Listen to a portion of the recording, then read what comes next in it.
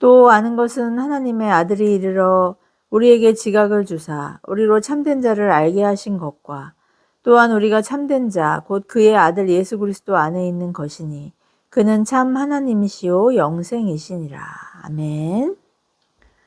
오늘 우리가 함께 은혜 받을 하나님의 말씀은 요한일서 5장 18절에서 21절까지의 말씀입니다.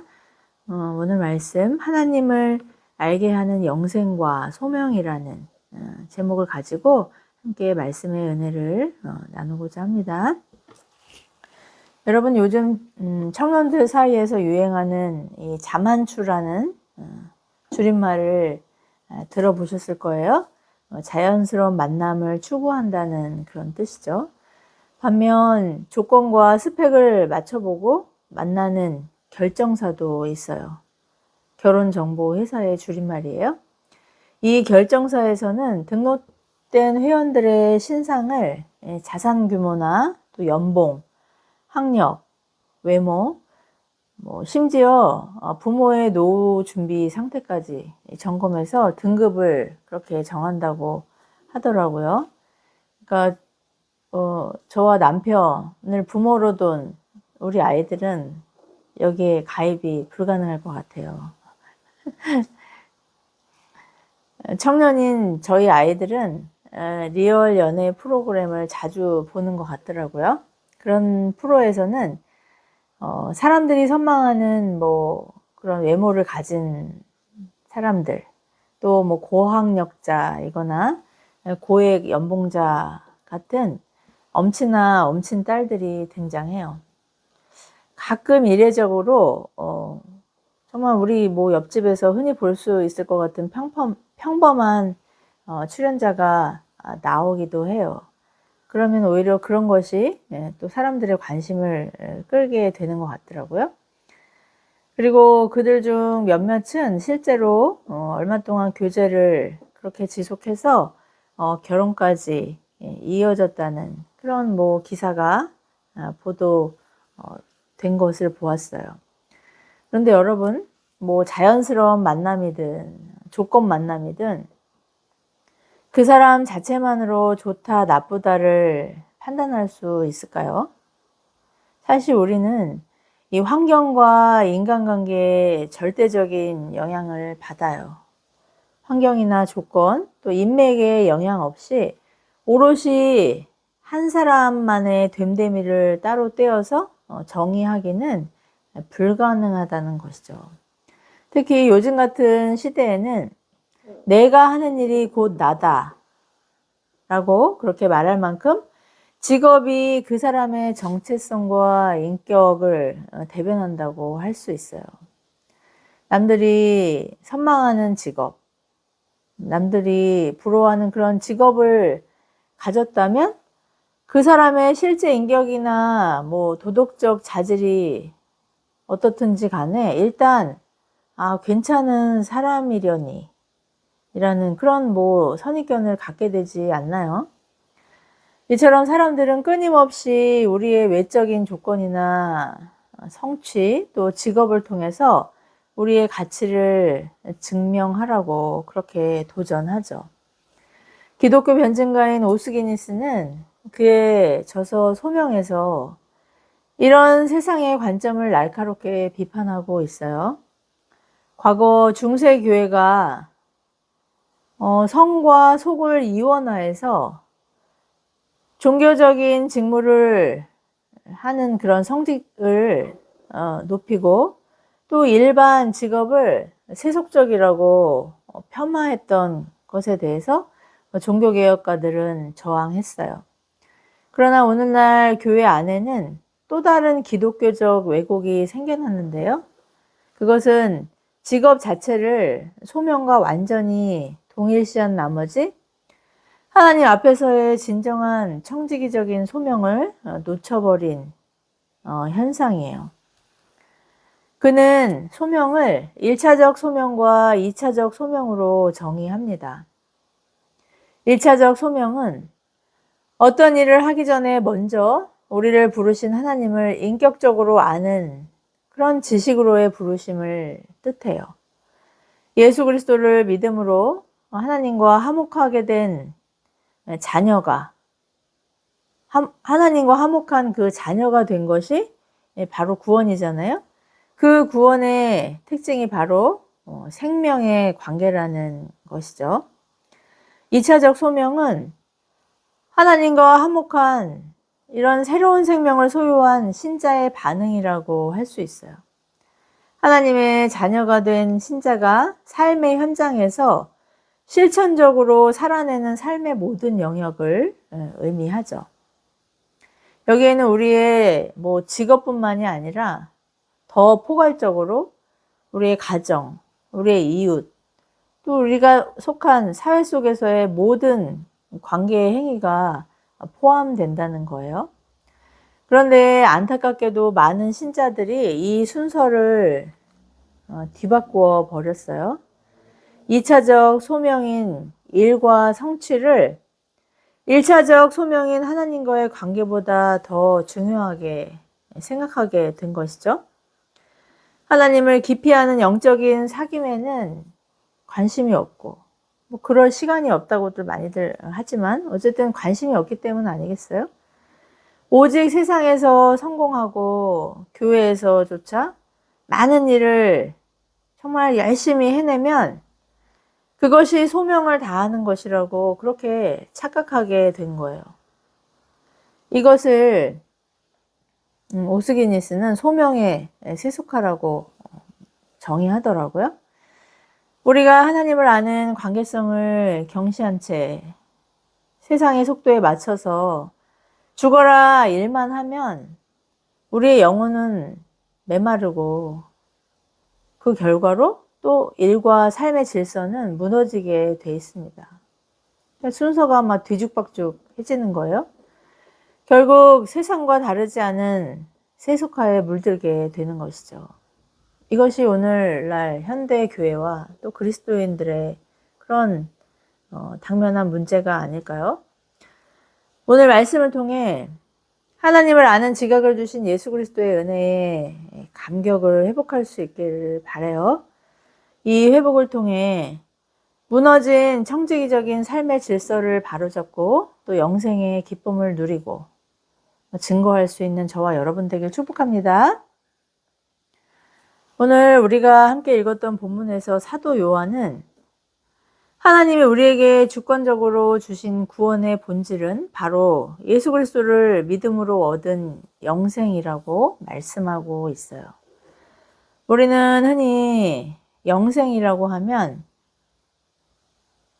죽지 않고 영원히 사는 것이나 또 죽더라도 우리의 몸은 죽더라도 우리의 영혼이 천국에서 끝없이 생명을 연장하는 그런 것으로 생각하는 것 같아요. 그러나 요한복음 17장 3절에서 주님은 이 영생을 하나님과 그리스도를 아는 그 지식이라고 그렇게 정의하셨어요. 영생은 참 하나님과 그가 보내신 자 예수 그리스도를 아는 것이라고 그렇게 말씀하셨죠. 성경에서 말씀하는 이 영생은 그냥 끊임없이 생명을 연장하는 그런 어떤 시간의 길이가 아니라 하나님과의 또 회복된 관계의 깊이라고 바꿔 말할 수 있는 것이죠. 영생은 성부 하나님과 그 아들이신 예수 그리스도를 아는 것 그 자체라고도 할 수 있어요. 여기서 이 안다는 말은 책이나 어떤 정보를 통해서 얻게 된 지식을 의미하는 것이 아니에요. 헬라어 원어와 또 히브리적 배경에서 이 단어는 직접적이고 체험적이고 전인격적인 교제를 통해 얻게 되는 그런 관계적인 지식을 말하죠. 창세기에서 아담과 하와가 부부로서 한 몸을 이루고 깊은 사랑의 관계를 맺을 때 사용되었던 야다라는 그 단어가 바로 이 안다는 의미예요. 예를 들면 저의 설교를 듣고 있는 그런 청중들이 신성현 목사를 안다라고 하는 말과 또 저의 가족이 저를 안다고 하는 것의 차이라고 할까요? 여러분들이 좋아하는 뭐 연예인을 아는 것과 또 그 연예인의 지인들이나 가족들이 아는 그와의 그런 깊이의 차이 말이죠. 이처럼 영생이란 만유의 창조주이신 하나님과 우리가 부부나 또 부모와 자녀 같은 친밀하고 인격적인 사귐 속으로 들어가는 것을 의미합니다. 그렇다면 하나님을 대적함으로 타락한 죄인인 우리가 어떻게 거룩하신 하나님을 이렇게 친밀하게 알 수 있게 되었을까요? 오늘 본문 20절은 그 비밀을 밝혀주고 있어요. 20절 말씀 우리 한 목소리로 함께 합독해 볼까요? 요한일서 5장 20절 말씀입니다. 또 아는 것은 하나님의 아들이 이르러 우리에게 지각을 주사 우리로 참된 자를 알게 하신 것과 또한 우리가 참된 자 곧 그의 아들 예수 그리스도 안에 있는 것이니 그는 참 하나님이시요 영생이시라. 아멘. 성경은 하나님의 독생자 예수 그리스도께서 이 땅에 오셔서 주님을 믿는 우리에게 이 지각을 주셨다고 말씀하고 있어요. 이 지각은 인간의 지성이나 학문적인 탐구로 얻을 수 있는 능력이 아니에요. 예수 그리스도의 대속의 은혜와 부활을 믿는 신자에게 오신 성령께서 우리의 마음과 눈을 밝혀주셔서 이 영적인 진리를 깨닫고 참되신 하나님을 알 수 있게 하신 정말 신령하고 보배로운 선물인 것이죠. 이런 이유로 하나님을 아는 지각이 우리에게 주어졌기 때문에 신자와 불신자 사이에는 결정적인 차이가 발생합니다. 우리가 성경을 읽고 말씀을 들을 때 깨닫는 하나님과 또 세상 사람들이 정보 차원에서 어떤 교훈을 얻고자 성경을 읽을 때 느끼는 그런 하나님은 본질적으로 다르다는 그 차이예요. 얼마 전 제가 어떤 분과 이제 뭐 교회에 대해서 그 대화를 나눌 기회가 있었거든요. 그분은 뭐 이제 불신자지만 그래도 종종 유튜브에서 기독교 설교 영상을 종종 그렇게 듣는다고 했어요. 설교가 참 좋다고 하더라고요. 좋은 말씀이라는 표현을 계속 이렇게 반복해서 했는데 그 말씀 들으면 마음도 참 이렇게 착해지는 것 같고 교훈을 얻게 된다고 그렇게 긍정적으로 답변을 하시더라고요. 물론 우리도 하나님의 말씀을 뭐 마음의 위로를 얻기 위해서 또 문제 해결을 받고 싶어서 뭐 이런 동기로 대할 때가 없지 않아요. 그러나 신자에게는 그런 동기 외에 정말 결정적인 그런 차이가 있는데 그런 동기를 초월하는 궁극적인 동기라고 할 수 있어요. 그것이 바로 참되신 하나님을 예배하고 싶은 마음, 또 말씀에 순종하고 싶고 나의 삶을 드리고 싶다는 그런 정말 생명의 열망이 있다는 것이죠. 여러분에게도 이런 열망이 충만하시길 축복합니다. 왜일까요? 우리 안에 예수 그리스도의 생명으로 인한 그 하나님을 아는 지각이 있고 그 영생이 생명력 있게 역사하기 때문이에요.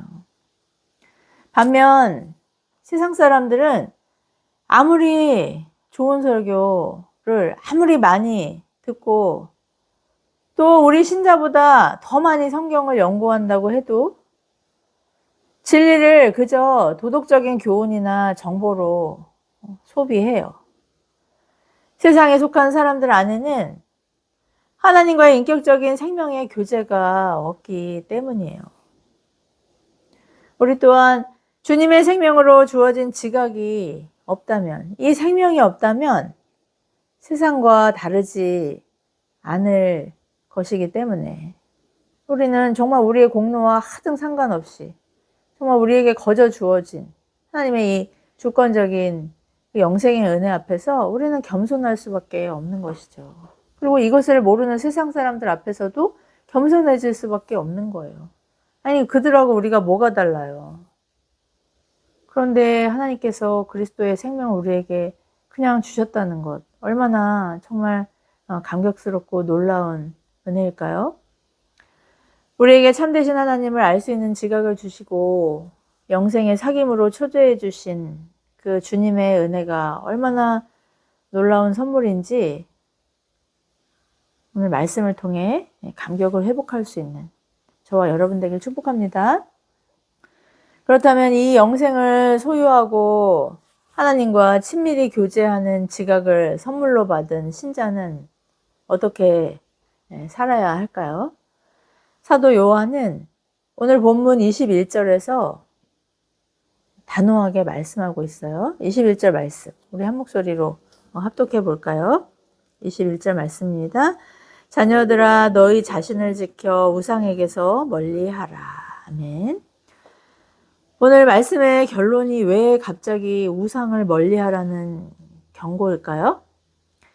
우상은 단순히 눈에 보이는 형상만을 의미하지 않아요. 여러분 잘 아시잖아요? 하나님보다도 더 신뢰하고 사랑하는 것.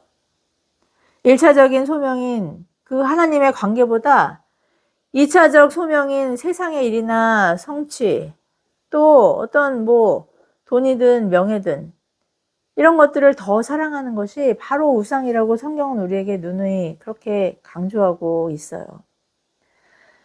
즉, 우상을 멀리하라는 이 말씀은 세상의 가치관에 함몰되어서 그런 사람들과 연합해서 소명을 세속화시키는 그런 유혹을 경계하라는 그런 말씀이에요.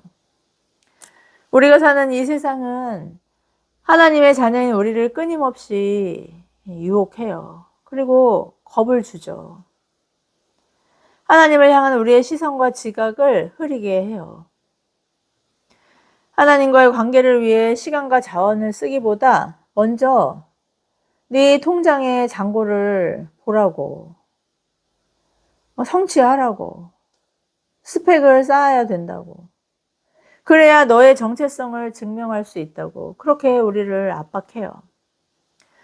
만약에 우리가 이런 도전에 저항하지 않고 휩쓸려서 하나님과의 1차적인 소명인 그 관계를 소홀히 하면 우리의 영혼은 급격히 메마르게 되고 결국 세상의 등급 마케팅과 조건 속에서 불안과 두려움에 또 열등감에 사로잡히게 될 수밖에 없는 거예요. 그거는 저도 그렇고 여러분도 경험하시잖아요. 이런 세속의 물결을 이겨내는 비결은 오직 단 한 가지뿐이에요. 너무나 단순해 보이는 이치인데 정작 순종하지 못하는 그게 뭐예요, 여러분? 바로 하나님을 아는 지식인 말씀을 가까이 하는 것이죠. 주님을 신뢰하고 의지하는 순종의 행위인 기도로 깨어있는 거예요. 오늘 우상에게서 멀리하라 이 말은요, 경계하라는 그런 말을 의미거든요. 깨어 경성해서 기도하라는 말씀도 그렇지만 이 경성이란 말이 깨어있다는 말이에요. 우리가 어떻게 깨어있을 수 있겠어요? 잠을 안 자는 게 아니잖아요. 기도의 자리에 나아가야 한다는 것이죠. 항상 말씀을 우리 마음판에 새겨가지고 무시로 말씀을 기억하는 것이죠. 그것이 바로 성경에서 말씀하는 경성한다, 또 깨어있는다는 의미예요. 이렇게 하나님을 경험하는 그런 야다의 친밀함이 회복될 때 우리는 비로소 세상의 우상을 단호히 경계하고 거절할 수 있는 그런 영적인 분별력에서 자라가게 되는 것이죠. 그때야 비로소 어떤 직업을 가졌든 설령 직업이 없든 나의 조건과 스펙이 어떻든지 간에 나는 만왕의 왕이신 하나님의 자녀이고 그리스도 안에서 영생을 누리는 그런 고귀한 존재라는 1차적 소명의 정체성이 회복될 수 있는 거예요. 이 확신이 있을 때만 우리는 비로소 내 직업과 일이라는 2차적 소명을 우상으로 삼지 않고 하나님의 관계보다 더 중요하게 생각하지 않고 도리어 그것을 통해서 하나님을 예배하고 이웃을 섬기는 거룩한 청지기로 하나님의 부르심에 바르게 반응할 수 있게 되는 것이죠. 여러분, 이것이 하나님께 영광을 돌린다는 의미고요. 또 거룩한 산재물된 삶으로 예배한다는 의미입니다. 삶의 모든 영역에서 이 예배의 자리를 떠나서 또 우리가 먹고 마시고 일하는 그런 모든 그런 영역에서 총체적인 사역의 질서가 바로잡히게 될 수 있는 거예요. 그러나 우리는 자주 우리의 그런 고단한 매일의 삶 속에서 말씀과 기도로 나아갈 수 없을 때가 참 많아요. 매 순간 깨어 기도하라, 말씀을 상고하라는 이 성령님의 음성에 우리가 순종하기보다는 타협을 선택하고 또 우리의 눈과 감각을 만족시키는 향락을 선택하고 넘어지고 하는 우리라는 것을 우리는 발견하게 되죠. 이런 우리에게 오늘 본문 18절은 위대한 복음을 약속하고 있어요. 하나님께로부터 나신 자가 그를 지키심에 악한 자가 그를 만지지도 못하느니라. 아멘. 하나님께로부터 나신 자가 누구실까요? 바로 우리의 위대한 대장이시자, 목자장이시자, 또 대제사장이 되시는 예수 그리스도시죠. 예수 그리스도께서 당신이 십자가의 피값으로 속량하신 우리를 눈동자처럼 보호하시고 지키신다는 거예요. 성도의 견인이 바로 이런 의미잖아요. 끝까지 견디고 인내하게 하시는 그 성령의 능력이 우리를 붙들고 계신다는 거예요. 구원도 하나님의 선물이지만 구원의 완성 역시 주님이 친히 이루신다고 빌립보서 1장 6절에서 우리에게 약속하셨어요. 너희 안에서 착한 일을 시작하시니, 여기서 말하는 그 착한 일이 이제 우리를 구원하시는 그 일인데, 그 하나님께서 그리스도 예수의 날까지, 주님 다시 오시는 그 날까지, 또 우리가 죽는 그 날에 반드시 이루신다고, 그것을 확신한다고 사도 바울은 그렇게 담대하게 선언하고 있지 않습니까? 우리의 영생은 우리의 정말 비천한 노력이나 연약한 결단에 달린 것이 아니라 우리를 절대 포기하지 않으시겠다고 약속하신 성삼위 하나님의 전능하신 손에 붙들렸기 때문이에요. 사랑하는 성도 여러분, 우리가 신자이면서도 세상의 조건과 스펙으로 자신의 가치를 평가하려는 그런 세속주의에 늘 노출되어 있다는 것. 그래서 이것을 경계해야 한다는 것 항상 기억할 수 있길 바랍니다. 우리의 정체성은 예수 그리스도의 대속의 은혜로 영생을 소유한 존귀한 하나님의 자녀라는 것 항상 기억할 수 있길 바라요. 이런 이유로 주님은 우리에게 참되신 하나님을 알 수 있는 신령한 지각을 선물로 주신 것이죠. 한 주간도 성취나 일이 곧 너라고 우리를 평가하는 세상의 그 유혹에서 돌이켜서 하나님을 아는 지식인 말씀과 기도로 하나님께 더욱 가까이 나갈 수 있기를 축복합니다. 이런 은혜 안에서 하나님과의 인격적인 그 교제 안에서만 누릴 수 있는 친밀함과 평안을 회복할 수 있기를 바라요. 주님의 보호하심을 확신하고 이 복된 청지기의 소명을 전하고 증거하는 저와 여러분 되길 축복합니다. 기도하시겠습니다. 자비로우신 하나님 아버지, 보배롭고 존귀하신 우리 주 예수 그리스도의 그 보혈의 공로와 또 부활의 그 은혜로 우리에게 하나님을 아는 그 지각을 주셔서 그 영생의 복된 그 누림을 이 땅 가운데서도 우리가 맛보게 하시니 감사와 찬양 드립니다. 하나님, 정말 세상에서는 우리가 하는 일로, 우리의 직업으로, 우리의 성취로, 또 우리가 갖고 있는 자원으로 우리를 평가하겠다고 그렇게 우리를 겁박하지만 그 가운데서 우리가 두려워하지 않고 우리에게 주신 1차적인 소명인 하나님과의 관계 안에서 그 친밀함과 교제를 회복할 수 있는 성령 충만으로 우리를 인도하여 주셔서 어떠한 상황 가운데서도 이 존귀한 직분과 사명, 또 생명 잃어버리지 않고 탕진하거나 낭비하지 않고 이 생명을 통해 청지기로 부르신 우리를 하나님 앞에 온전히 올려드릴 수 있는 신실한 하나님의 거룩한 산재물들 될 수 있도록 은혜를 더하여 주시기를 간절히 사모합니다. 모든 말씀 우리의 영생이 되신 예수 그리스도의 이름으로 간절히 기도드리옵나이다. 아멘.